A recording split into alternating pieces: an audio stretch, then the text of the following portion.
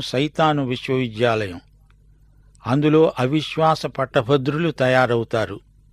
ఎందరెందరో ఈ విద్యాలయంలోకి వచ్చి చేరుతున్నారు. వారి నిత్య భవిష్యత్తు గాఢాంధకారం, వారి బతుకు విషాదాంతం. యువదశలో విచ్చలవిడిగా తిరిగి వృద్ధాప్యంలో ఆత్మహత్యకు పూనుకున్న దౌర్భాగ్యులు నరకంలో ఉంటారు.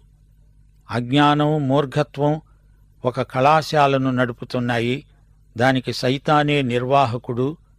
యువతీ యువకులారా, జాగ్రత్త, మెళుకువగా ఉండండి. అది పాతాళం, ప్రేతల స్థలం, షియోల్, నిత్యయాతనా నిలయం. ప్రియ సోదరీ సోదరులారా, నరకమంటే ఏమిటనుకుంటున్నారు?